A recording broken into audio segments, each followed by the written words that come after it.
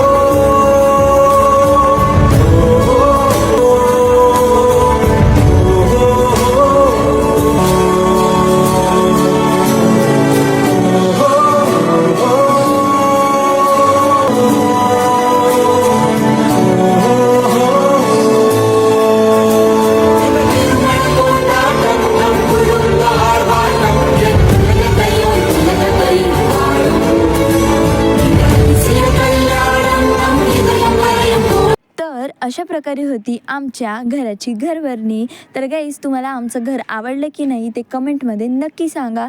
तर आजचा व्लॉग मी इथे एंड करते. भेटूया उद्याच्या व्लॉगमध्ये. बाय.